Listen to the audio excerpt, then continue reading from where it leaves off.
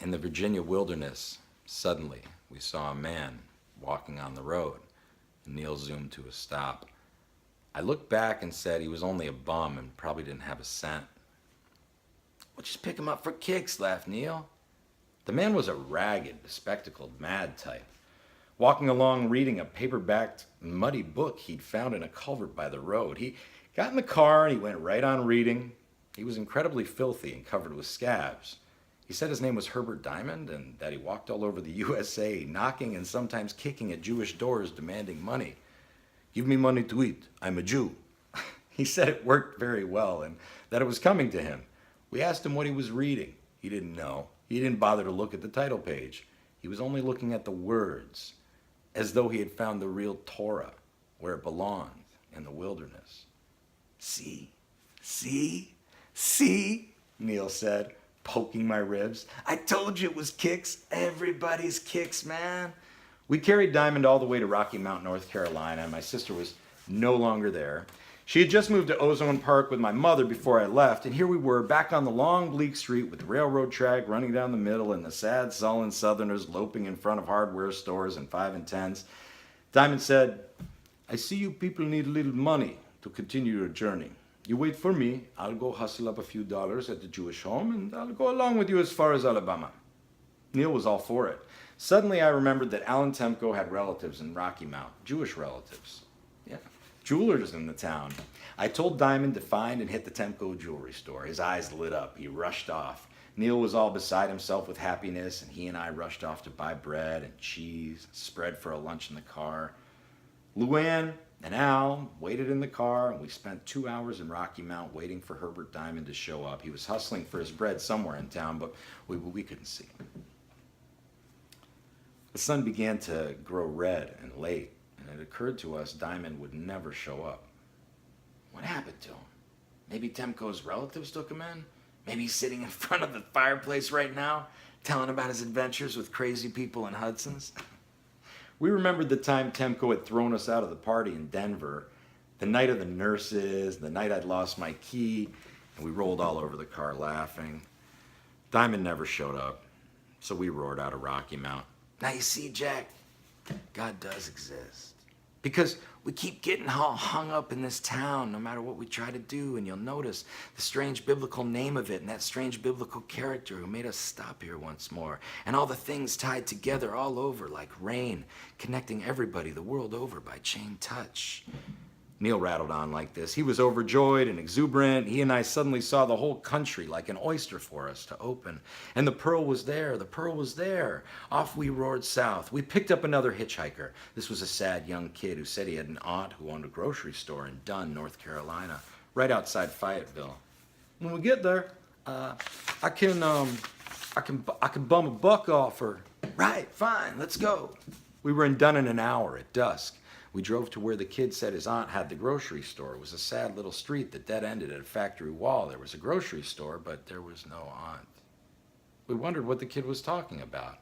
We asked him how far he was going. He didn't know. It was a big hoax. Once upon a time, in some lost back alley adventure, he had seen the grocery store in Dunn, North Carolina, and it was the first story that popped into his disordered, feverish mind.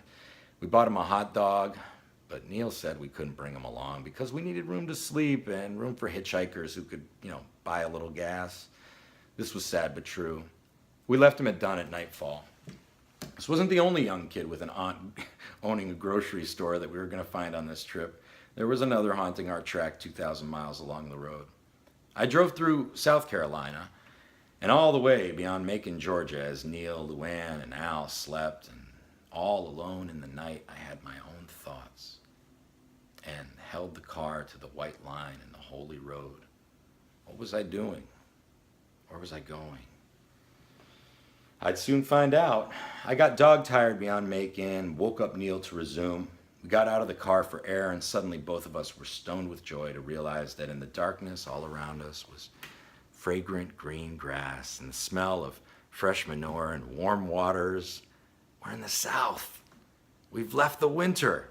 Faint daybreak illuminated green shoots by the side of the road. I took a deep breath. The locomotive howled across the darkness. Mobile bound. Well, so are we. Took off my shirt and exulted. 10 miles down the road, Neil drove into a filling station with the motor off, noticed that the attendant was asleep at the desk, jumped out, quietly filled the gas tank, saw to it the bell didn't ring, and rolled off like an Arab with a $5 tank full of gas for our pilgrimage. Otherwise, we never would have made it to New Orleans and Bill Burroughs' rickety old house in the Algiers swamps. I slept and woke up to the crazy exultant sounds of music and Neil and Luann talking and the great green land rolling by. Oh, where are we? Just past the tip of Florida, man. Flomaton, it's called. Florida? We were rolling down the coastal plain in Mobile. Up ahead were great soaring clouds, the Gulf of Mexico. It was only 15 hours since we'd said goodbye to everybody in the dirty snows of the north. We stopped at a filling station, and there Neil and Luann played piggyback around the tanks, and Hinkle went inside and stole 3 packs of cigarettes without trying.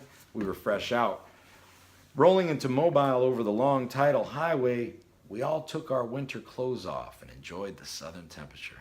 This was when Neil started telling his life story, and when, beyond Mobile, he came upon an obstruction of wrangling cars at a crossroads, and instead of slipping around them, just balled right through the driveway of the gas station and went right on without relaxing his steady Continental 70. We left gaping faces behind us. He went right on with his tale. I tell you, it's true. I started at 9 with a girl called Millie Mayfair in the back of Rod's garage on Grant Street. Same street Alan lived on in Denver. That's when my father was still barbering a bit. I remember my aunt yelling out the window, "What are you doing down there in the back of the garage?" "Oh, honey, Luann, if I'd only known you then, oh, how sweet you must have been at 9. He tittered maniacally. He stuck his finger in her mouth and licked it. He took her hand and rubbed it over himself. She just sat there smiling serenely. Big long Al Hinkle just sat looking out the window, talking to himself. "Yes, sir. I thought I was a ghost that night on Times Square." He was also wondering what Helen Hinkle would say to him in New Orleans. Neil went on, "One time I rode a freight from New Mexico clear to L.A. I was 11 years old. I'd lost my father in a freight. We were all in a hobo jungle. I was with a man called Big Red. My father was out drunk in a boxcar, and I started to roll. Big Red, and I missed it.